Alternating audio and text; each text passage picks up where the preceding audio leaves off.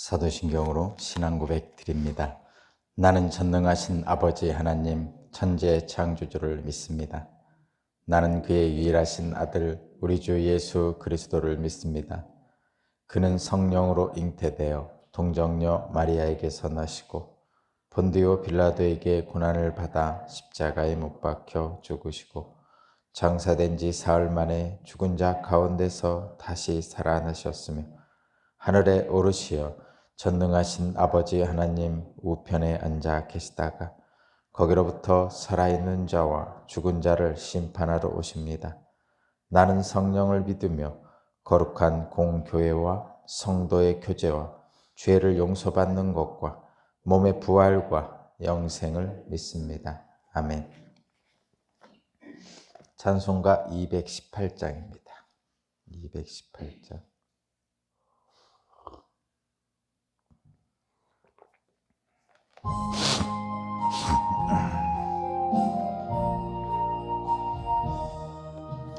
내 마음과 정성을 다하여서 주 너의 하나님을 사랑하라.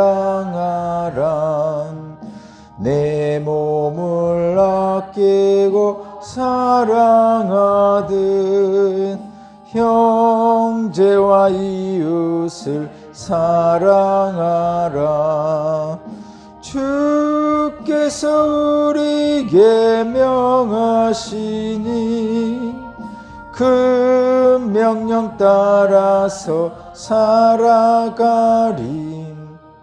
널 미워 해치는 원수라도 언제나 너그럽게 사랑하라. 널 핍박하는 자 위에서도 신실한 마음으로 복을 빌라. 주께서 우리에게 명하시니 그 명령 따라서 살아가리. 나 항상 주님을 멀리하고 형제를 사랑하지 못하였다.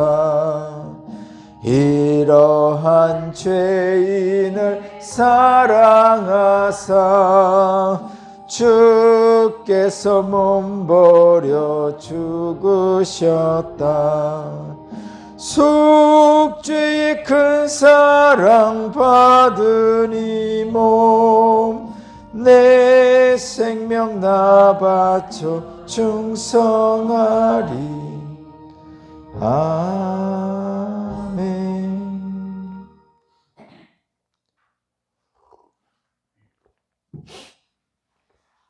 오늘 신 하나님 말씀은 디모데전서 5장 1절에서 16절입니다.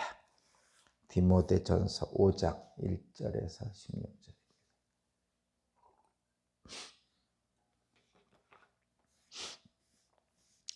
디모데전서 5장 1절에서 16절까지 말씀을 제가 봉독하겠습니다. 나이가 많은 이를 나무라지 말고 아버지를 대하듯이 권면하십시오. 젊은 남자는 형제를 대하듯이 권면하십시오. 나이가 많은 여자는 어머니를 대하듯이 권면하고 젊은 여자는 자매를 대하듯이 오로지 순결한 마음으로 권면하십시오. 참 과부인 과부를 존대하십시오.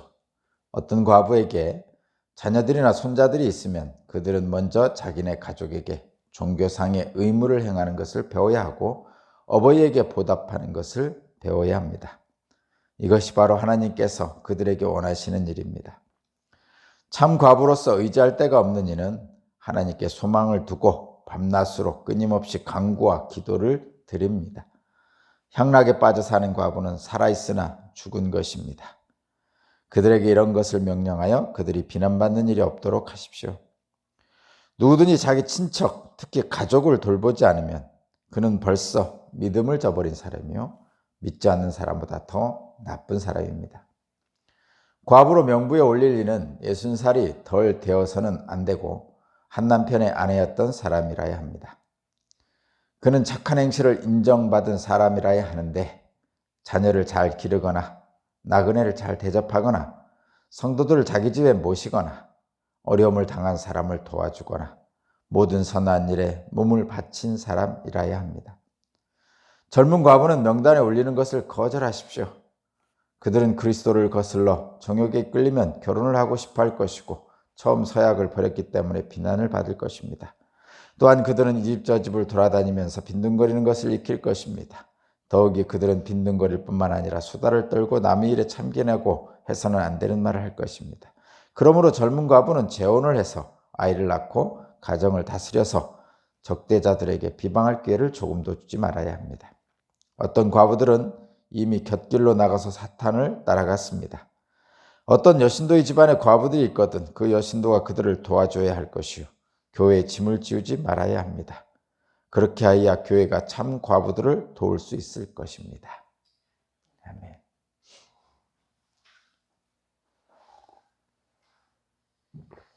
오늘 말씀의 제목은 성도를 어떻게 섬길 것인가?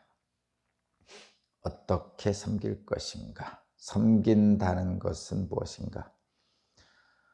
성도를 섬기는 구체적인 태도, 성도를 섬기는 구체적인 예입니다. 결론은 어떤 성도를 어떻게 섬길 것입니까? 결론은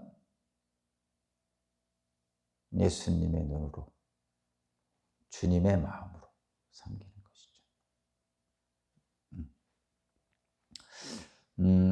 지금 디모데가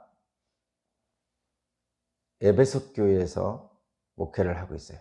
에베소 교인들을 돌보고 섬기는 일들을 하고 있습니다. 최종 목적지는 예수 그리스도 예수의 나라에 가는 거죠. 그리스도 예수께서 행하신 일들을 하며 이 땅에 사는 것이 목적이죠. 그것은 구원입니다. 그래서 디모데는 에베소 교회 교인들을 예수의 길로 갈 수 있도록 가르치고 섬기고 함께 신앙생활을 하죠. 이런 디모데가 조금 젊었죠. 젊은 디모데가 아직 미숙하기 때문에 혹시나 해서 영적인 스승이고 아버지인 바울이 디모데에게 구체적인 예를 들으면서 목회 지침을 알려주고 있는 겁니다. 오늘은 성도를 대하는 태도입니다. 성도를 어떻게 섬길 것인가에 대한 말씀을 주시고 있는데 오늘 말씀은 두 가지 경우를 구체적인 경우를 들어서 말씀하고 있죠. 첫 번째는 디모데가 젊으니까 나이에 따라 어떻게 섬길 것인가. 두 번째는 당시에 과부들이 있었는데 지금보다 더 과부가 많았죠. 그 당시에 전쟁도 있고 배 타고 나가서 돌아오지 못하는 경우도 있고 이래서 과부가 굉장히 많았습니다. 그래서 과부들을 어떻게 섬길 것인가. 지금 이런 경우는 교회에 있는 과부들을 얘기하는 거죠. 교회 성도들을 얘기하는 겁니다. 두 가지를 놓고 구체적으로 지금 설명하고 있습니다. 먼저 나이에 따라서 어떻게 섬길 것인가. 결론은 존중하고 배려하는 것입니다. 존중하고 배려하는 것이요. 거기 보면 1절 보면 나이가 많은 일을 나무라지 말고 아버지를 대하듯이 권면하십시오. 또 거기 2절 보면 나이가 많은 여자는 어머니를 대하듯이 권면하십시오. 그러니까 디모데가 지금 젊다고 그랬잖아요. 디모데보다 나이 많은 분들이 있을 거란 말이에요. 그럼 나이 많은 남자, 여자가 있단 말이에요. 그들을 어떻게 섬길 것인가, 어떻게 대할 것인가. 나이 많은 사람을 나무라지 말라는 거죠.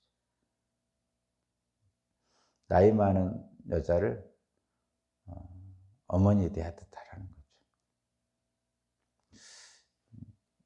요즘은 좀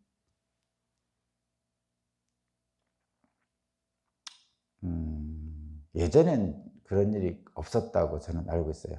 뭐가 없다냐면 자녀들이 부모를 타박하는 일이 별로 없었어요. 예전에는. 저 어렸을 때는 또 잘 못 본 것 같아요. 부모에게 잘해야 된다 이런 생각들이 많았었어요. 그것이 당연한 듯이 살았던 것 같아요. 저 어렸을 때. 근데 요즘은 좀 달라진 것 같아요. 예전에는 그 부모님과 자녀들이 대화할 때 부모님 말씀이 좀 옳지 않더라도 그 자리에서는 직접적으로 반박하거나 그러지 않았던 것 같아요. 제 어릴 적 기억이 그렇습니다. 그 자리에서는 예, 알겠습니다. 이렇게 하고 실제 행동에 있어서는 좀 다르게 했을지라도 나이 많은 어른이 뭐라고 하면 그 자리에서는 조용히 받아들이는 그런 자세를 취했던 것 같아요. 물론 부모님뿐만 아니고 동네 어른이 그래도 그랬던 것 같아요. 제가 옛날 얘기한다고 자 그러면 실제로 동네 어른들 만나면 정말 인사 잘하고요. 우리 어렸을 때는 동네 어른 만나면 인사 잘하기라는 숙제가 있었어요. 초등학교 때 종례할 때 어른들 만나면 인사 잘하십시오. 인사 잘하세요. 인사 잘해야 돼. 이렇게 이제 종례 때 말하는 선생님들이 많이 계셨죠. 그래서 인사 잘하는 학생으로 뭐 상도 받고 상장도 받고 이런 경우도 있었단 말이죠. 저도 실제로적으로 지나가다가 어른 있으면 안녕하세요 하고 꾹뻑 인사하고 가고 이렇게 합니다. 요즘은 좀 다른 거 조금 변했어요. 어떤 세상이 이렇게 좀 이렇게 빠르게 지나가죠. 바쁘게 지나간단 말이에요. 그러니까 빠른 세상이라고 그러잖아요. 빠른 세상. 이 빠른 세상에서는 주변을 이렇게 온전하게 보지 못하죠. 빠른 세상에서는 뭐를 먼저 보죠? 내가 가는 목표 지점을 먼저 보게 됩니다. 그렇죠? 빨리 가려고 하니까 아무리 주변을 둘러보려고 해도 빠른 세상에서는 내가 가려는 그곳이 먼저 보이는 거예요. 그래서 주변이 보이지 않습니다. 그러다 보니까 내 옆에 스쳐 지나가는 것들을 소홀히 하게 되죠. 만약에 내가 학교에서 집으로 오고 있어요. 막 학교를 가고 있어요. 그럼 학교를 향해 막 가는 학교가 목표잖아요. 막 뛰어가다 보면 옆에 우리 동네 어른이 지나간다든가 여러분 못 보고요. 지나가는 거죠. 그런 거와 비슷해요. 이 빠른 세상이잖아요. 요즘은 빠른 세상이 되다 보니까 내 목표인 학교에 막 뛰어가다 보면 그 옆에서 스치듯 지나가는 우리 동네 어른들 천천히 갔으면 인사하고 갔을 텐데 안녕하세요 하고 어떻게 잘 지내냐 이런 대답 질문도 받고 또는 뭐 사탕 하나라도 주시고 뭐 이렇게 하는 그런 과정을 거쳤을 텐데 학교에 빨리 가다 보니까 주변을 바라보지 못하는 그런 일들이 생기죠. 그래서 빠른 세상이라고 그러죠. 세상이 점점 빨라지고 있습니다. 효율성에 따라서 빨라지고 있는데 빠른 세상이 꼭 좋은 건 아니다는 것을 얘기하는 거죠. 성경에서 분주하다 이렇게 표현하죠. 분주하다. 이 분주한 세상은 자기의 목표 있는 곳에만 가기 위해서 분주하기 때문에 주변을 돌아볼 여력이 없는 거죠. 근데 기독교에는 그러면 안 된다는 거죠. 물론 빠른 세상에, 이 분주한 세상에 열심히 살아야 됩니다. 자기에게 주어진 일을 열심히 해야 되죠. 당연한 얘기입니다. 그러나 그런 열심 속에서도 내 주변을 돌아볼 수 있는 여유가 있어야 돼요. 그것이 주님을 믿는 믿음의 사람들이 가져야 될 축복입니다. 축복이에요, 이거는. 여러분, 이거 세상에서는, 요즘 빠른 세상에서는 그 목표를 달성하는 것이 복이라고 생각하고 행복이라고 생각하잖아요.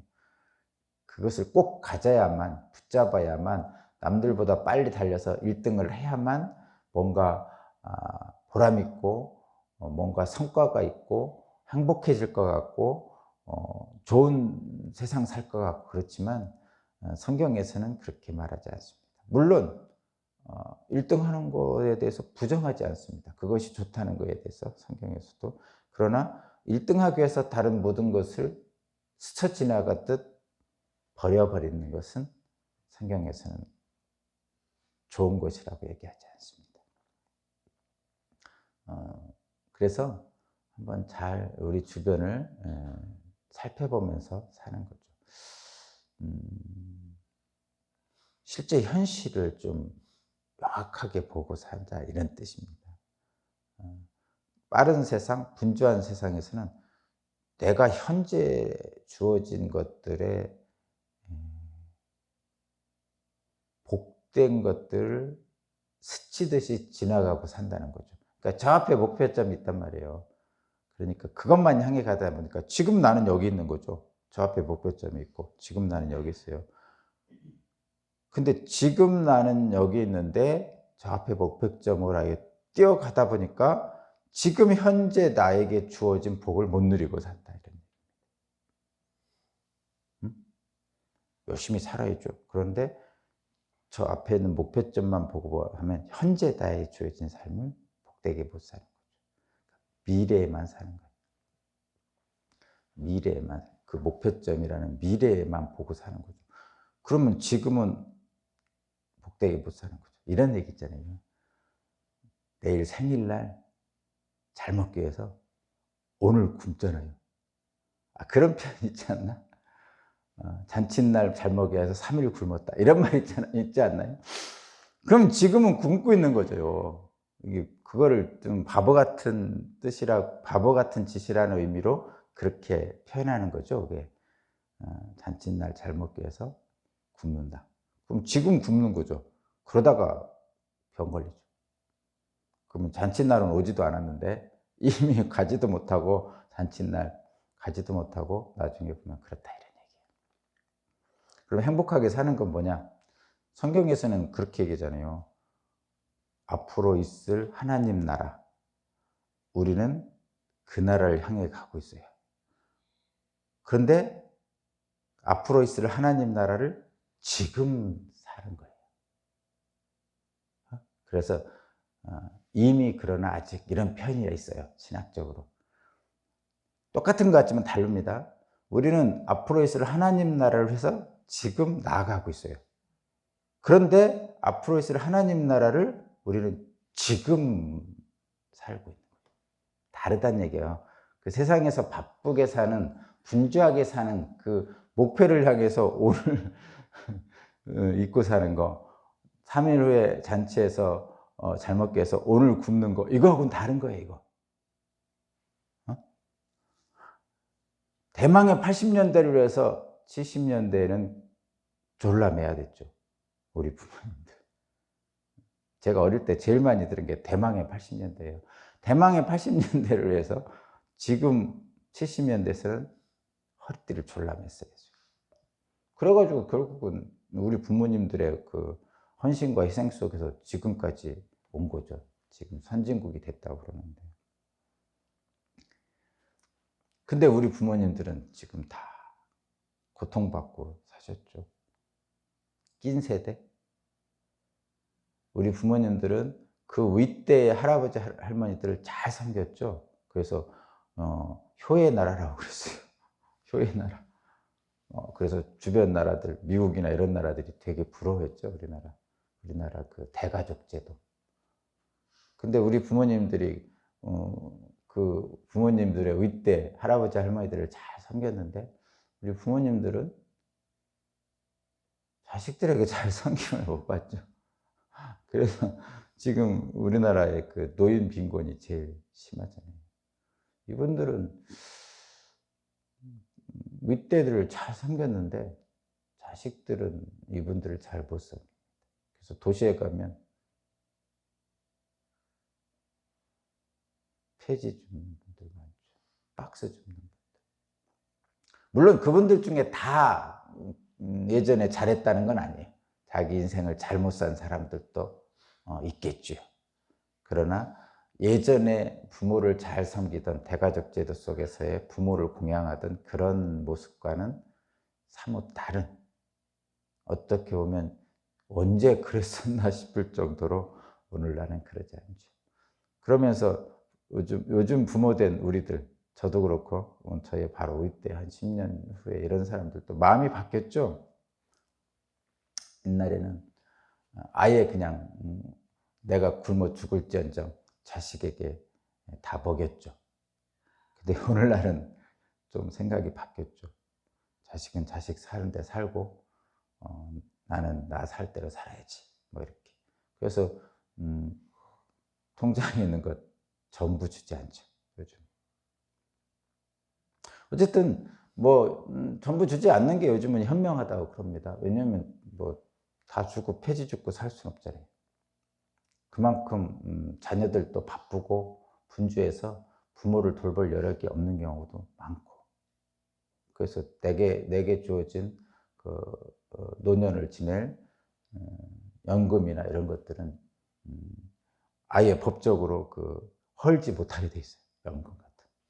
법적으로 부모가 그분이 원해도 뭐 그거를 뭐 다 융자받아서 없애고 뭐 이렇게 못하게 돼 있어요.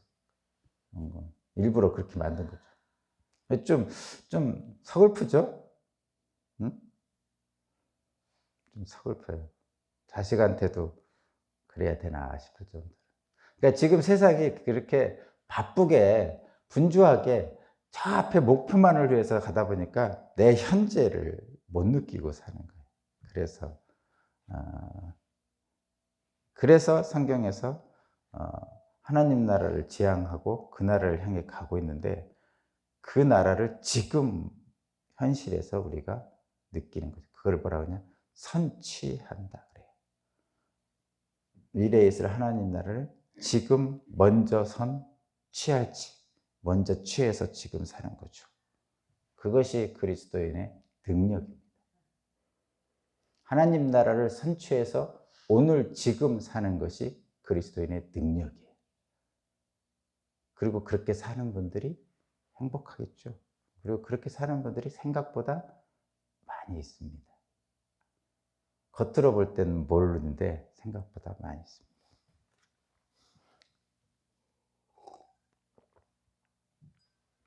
어쨌든 지금 어떻게 섬길 것인가를 얘기하면서 우리의 현실을 저희들이 한번 되돌아봤어요. 먼저는 나이 많은 분들을 어떻게 해야 되냐? 나이를 고려해서 존중하고 배려하라는 거죠. 지금 1절, 2절이 그래요. 나이가 많은 일을 나무라지 말고 나이가 많은 여자를 어머니 대하라 이렇게 했죠. 그러니까 어른들이 좀 실수를 해도 나무라는 것은 옳지 않은 거죠. 젊은 사람이 나이 든 사람을 나무라는 것은 옳지 않죠. 그렇다고 잘못한 것을 잘못하도록 계속 내버려두면 안 되는 거죠. 그죠? 잘못은 했지만 존중하고 배려하면서 그렇게 가는 것은 계속 가다가는 잘못 가는 겁니다. 하고 말은 해야 되지만 나무랄 필요는 없죠. 잘 절묘하게 해야 됩니다. 이건 지혜롭게 나이신 분들에게. 자, 두 번째는 이제 젊은 사람이 있을 거 아니에요. 거기 1절에 두 번째 젊은 남자는 형제를 대하듯 하고 2절에 두 번째 젊은 여자는 자매를 대하듯 하십시오. 뭐 당연한 거죠. 나보다 나이 어린 젊은 사람, 남자, 여자를 대할 때는 그 형제 자매처럼 대하면 되는 거죠. 그리고 나보다 나이 많은 성도들은 부모처럼 대하면 되는 거죠. 나보다 나이 많은 성도들은 부모님처럼, 나보다 나이가 같거나 적은 사람들은 형제 자매처럼 그렇게 되면 됩니다. 그래서 교회에서는 가끔 그렇게 부르죠. 형제님, 자매님 이렇게 부른단 말이에요. 전혀 피가 안 섞였는데도 불구하고 그런 이유가 그렇습니다. 그리고 예수께서도 그렇게 말씀하셨죠. 예수님이 떠나서 제자들을 가르치고 있을 때 실제로 엄마 마리아하고 형제들, 야고보하고 형제들이 찾아왔죠. 그럴 때 밖에서 부모님하고 형제들이 찾아왔습니다. 그렇게 어떤 제자가 얘기하니까 누가 내 형제 자매란 말이냐? 지금 이 자리에서 하나님의 말씀을 듣고 행하고자 하는 여기 있는 너희들이 나의 부모고 형제고 자매다. 이렇게 얘기하셨어요. 그런 의미입니다. 그렇다고 육신의 부모 형제를 버리라는 뜻은 결코 아니라는 거 꼭 기억해야 됩니다. 그렇게 하라는 거죠. 존중하고 배려해라. 이런 뜻입니다. 성도를 함부로 대하면 안 되는 거죠. 지금 디모데에게 말하는 거죠. 디모데가 어떤 사람이라고요? 지금 에베소 교회 목회자예요. 목사님, 장로님 이런 사람이죠. 그리고 지금 이 나이가 많은 사람, 젊은 사람은 누구냐? 에베소 교회 성도입니다.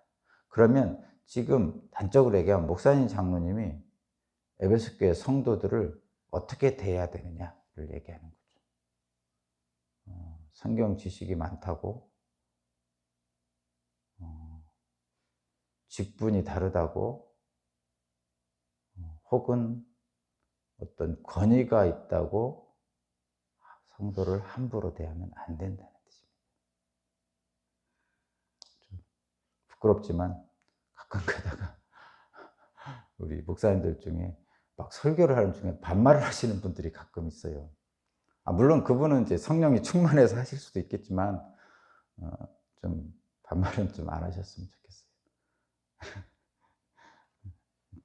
어쨌든 그런 분들이 있더라도 여러분 잘 좀 예수님의 마음으로 잘 좀 받아주시면 좋겠습니다. 어쨌든 성경적 지식이 많다거나 복음을 전할 사명을 맡았다고 해서 일반 성도를 함부로 대하면 안 되는 거죠. 존중해야 되는 거예요. 그리고 배려하고, 그것은 바로 주님의 눈으로 바라볼 때, 주님의 마음으로 바라보면 당연히 존중하고 배려하게 되죠. 사랑하게 된다. 결론은 그거예요. 성도를 어떻게 대할 것인가? 사랑으로 대하면 되죠. 존중해야 되죠. 어떻게 하면 그렇게 할 수 있습니까? 부모님처럼 대하라, 형제자매처럼 대하라는데 가장 근원적인 것은 뭡니까? 주님의 마음으로 대하는 거죠. 나를 사랑하셔서 십자가에 죽기까지 하신 우리 주 예수 그리스도 주님의 마음으로 하면 되는 거죠. 쉽지 않지만 우리는 그런 직분을 맡은 사람들이죠. 자, 그 다음에 3절부터는 이제 좀 더 다른 구체적인 건데 연약한 자를 돌보는 태도예요. 이 앞부분은 그냥 나이에 따라 존중하고 대하는 거고, 이 3절부터는 연약한 자가 많이 있잖아요. 대표적인 게 구약 성경에서는 이제 과부 나그네 고아잖아요. 과부 나그네 고아는 의탁할 데 없는 사람을 지칭하는 겁니다. 스스로 자기의 삶을 유지할 수 없는 사람들을 고아, 과부, 나그네라고 해요. 그 중에 오늘은 과부에 대한 얘기입니다. 여기서 참과부라고 그러는데, 참과부, 거짓과부가 있나 이런 생각을 할 수 있는데, 참과부라는 얘기는 한마디로 말하면 그런 얘기예요. 실제로 과부고 결혼했다가 의탁할 때를 남편에게 결혼해서 의탁하다가 남편을 잊게 돼서 의탁할 데가 없는 거예요. 의지할 데가 없는 거예요. 제가 말씀드렸죠. 요 당시까지, 옛날에는 그냥 여자는 호적이 없다. 호적이라고 표현하면 이상한데 남자의 소유물이었어요. 지금도 그죠. 아프가니스탄 뉴스 나오면 그런 게 있잖아요. 그죠? 그 당시가 아프가니스탄 그쪽 지역이 다 그 당시에 이때 팔레스타인 지역이잖아요. 지금 이스라엘 지역. 그러니까 여자는 남자의 그 소속돼 있었단 말이죠. 그래서 남자의 지배를 받아야 됐어요. 자녀들도 마찬가지죠. 남자 자녀들이 독립해서 나가기 전까지는 부모의, 그리고 여자들 결혼할 때도 딸은 지참금 받고 팔죠. 지참금 받았기 때문에 판다는 표현을 쓰는 거예요. 지참금 받고 결혼시키죠. 돈을 받고. 그러니까 일종의 그 소유물처럼 된 거죠. 그것이 옳다는 건 아니죠, 여러분. 성경에서 그것이 옳다고 하는 건 아닙니다. 근데 지금 계속 그 사마리아 여인 같은 경우, 올브가 여인 같은 경우도 그렇고 계속 이 시대에 있었던 여인들의 문제는 그겁니다. 룻기의 룻도 마찬가지죠. 나오미도 마찬가지고. 그래서 의탁할 데가 없게 된 사람을 참과부라고 합니다. 그런 얘기죠. 그래서 참과부는 어떻게 해야 됩니까? 라고 하는데, 이 연약한 자들 중에 참과부, 홀로 된 사람, 생계가 어려운 과부들은 어떻게 해야 됩니까? 첫 번째는, 맨 먼저는 이런 거예요. 거기 4절을 보면요. 어떤 과부에게 자녀들이나 손자들이 있으면 그들이 먼저 자기네 가족에게 종교상 의무를 행하는 것을 배워야 하고 어버이에게 보답하는 것을 배워야 된다. 이것이 바로 하나님께서 그들에게 원하시는 겁니다. 이제 과부가 됐단 말이에요. 그런데 그들에게 자녀들이 있어요. 손주들이 있어요. 근데 그들이 독립적인 생활을 할 수 있어요. 그러면 과부된 부모를 모셔야죠. 어머니를. 당연한 거죠. 그 얘기를 하는 겁니다. 자녀들이나 손주들이 있으면 그들이 모시면 되는 거죠. 그래서 나오미는 누가 모셨어요? 룻이 모시는 거죠. 잘하는 거죠, 룻은. 그런 겁니다. 그 얘기를 하는 거예요. 그 다음에 두 번째는 이제 의지할 데 없는 사람, 5절입니다. 의지할 데 없는 과부는 어떻게 하라는 거죠? 과부는 하나님께 소망을 두고 밤낮으로 끊임없이 간구와 기도를 드립니다. 그러니까 교회에 나온 그 과부를 얘기하는 거예요. 그러면 이런 사람도 어떻게 하라는 거예요? 도와주란 얘기죠. 도와주란 얘기입니다. 어떻게 도와줍니까? 여러분 그 사도행전에 있잖아요. 사도행전에 7집사를 선발할 때 문제가 있었잖아요. 왜 7집사를 선발했어요? 그때 과부들을 구제하는데 유대인과 헬라인을 차별했죠. 그래서 헬라인 과부를 덜 줬단 말이에요. 차별해서. 그러니까 7집사를 뽑을 때, 그 일을 맡길 7집사를 뽑을 때 헬라인 집사를 여러 명 뽑았단 말이죠. 그래서 교회에서, 초대교회에서는 그 과부들, 그러니까 의탁할 데 없는 과부들을 구제하는, 생계를 도와주는 일들을 했습니다. 이때도 했겠죠? 교회들이 그런 거 했습니다.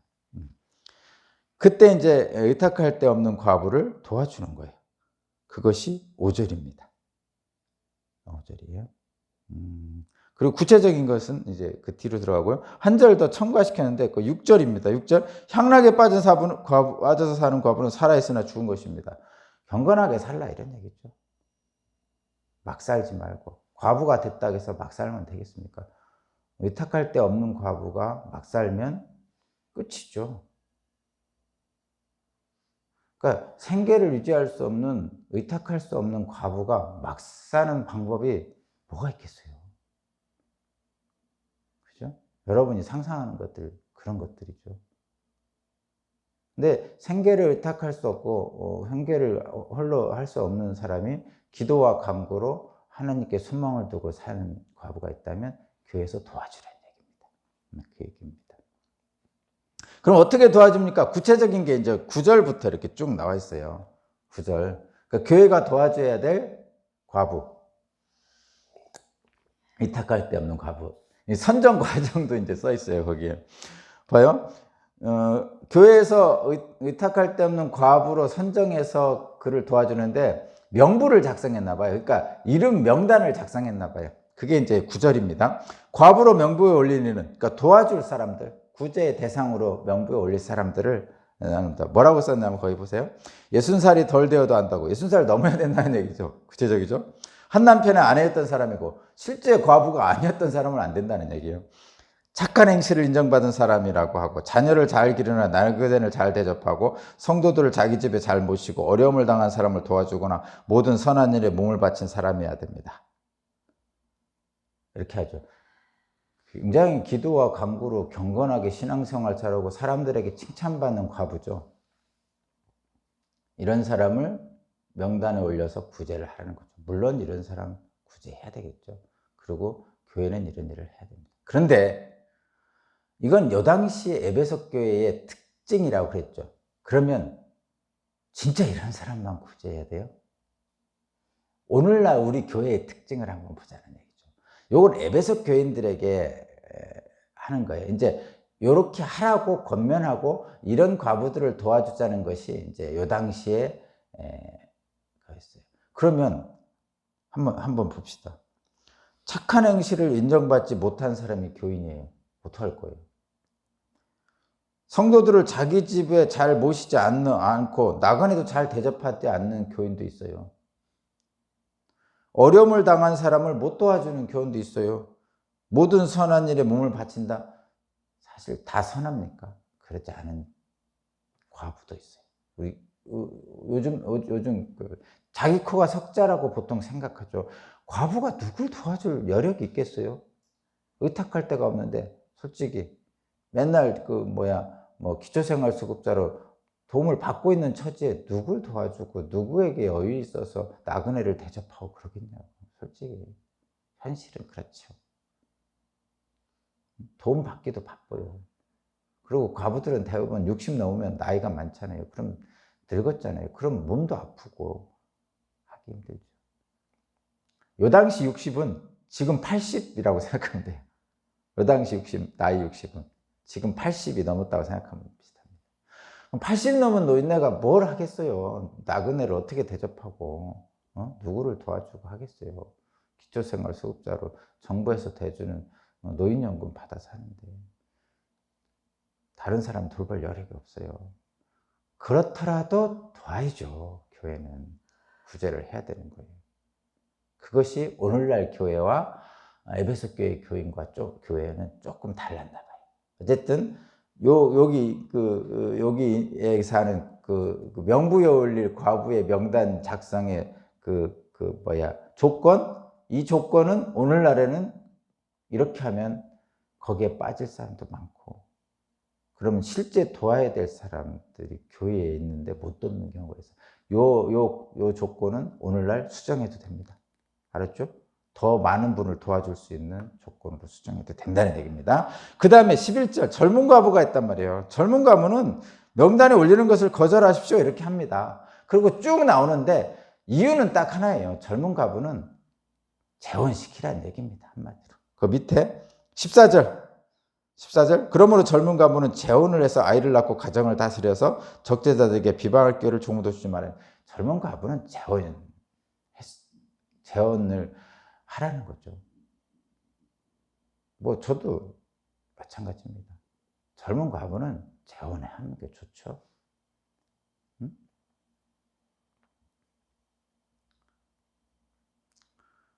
옛날엔 더 어려웠죠. 젊은 과부들이 혼자 살긴 더 어려웠죠. 근데 요즘도 젊은 과부 혼자 살기 물론 재산이 많다든가 직장이 전문직으로 확고하다든가 그러면 혼자 살아도 됩니다. 그렇게 살고 싶으신 분은. 근데 가능하면 의탁할 데 없는 젊은 과부는 재혼하는 게 좋다는 거죠. 유혹이 많잖아요. 어렵잖아요. 살기가. 그런 얘기입니다. 그러니까 이건 안 해도 됩니다. 젊은 과부 중에 꼭 재혼을 하라 이런 얘기하고 좀 다릅니다. 요거는 그냥 지침이에요. 목회 지침. 그런 얘기입니다. 다만 가장 중요한 것은 그거예요. 14절의 마지막. 적재자들에게 비방할 기회를 조금도 주지 말아야 됩니다. 그러니까 예수 그리스도의 이 영광을 가리는 일들을 하지 않도록 해야 된다는 거죠. 모든 일들을. 그런 얘기입니다. 그래서 15절 어떤 과부들은 이미 곁길로 나가서 사탄을 따라갔습니다. 멸망의 길로 간 과부들도 있다는 얘기입니다. 그리고 16절 어떤 여신도의 집에 과부들이 있거든 그 여신도가 그들을 도와줘야 할 것이요 교회에 짐을 지우지 말아야 할 것입니다. 그래야 교회가 참 과부들을 도울 수 있을 겁니다. 이건 교인들이 스스로 도울 수 있는 과부가 있으면 도와주라는 거죠. 교회가 다 도울 수 없으니까. 교회가 도울 수 없는 사람들도 있을 거 아니에요. 교회 재정적 여력이 부족할 수도 있고. 그럴 때 내 옆에 있는 다른 의탁할 데 없는 과부가 있으면 여러분 스스로 도와줘도 된다는 얘기입니다. 그렇죠. 그런 얘기입니다. 자, 그럼 제가 마지막 결론입니다. 어떻게 해야 됩니까? 어떻게 섬겨야 됩니까? 교인들을, 성도들을 예수님의 눈으로, 주님의 눈으로 섬기면 됩니다. 결국은 사랑하면 되는 거죠. 그 성도들은 어떻게 합니까? 예수님이 요한복음 13장 34절에서 그냥 단순 명쾌하게 말씀하셨죠. 너희는 서로 사랑하라. 그들이 나이 많든 나이 적든 과부든 아니든 너희는 서로 사랑하라. 성도끼리. 그리하면 너희가 내 제자인 줄 알리라. 사랑의 눈으로 주님께서 우리를 사랑하셨듯이 우리도 주님의 눈으로 주님의 마음으로 사랑하면 됩니다. 그러면 잘 섬길 수 있습니다. 기도드리겠습니다. 하나님 감사합니다.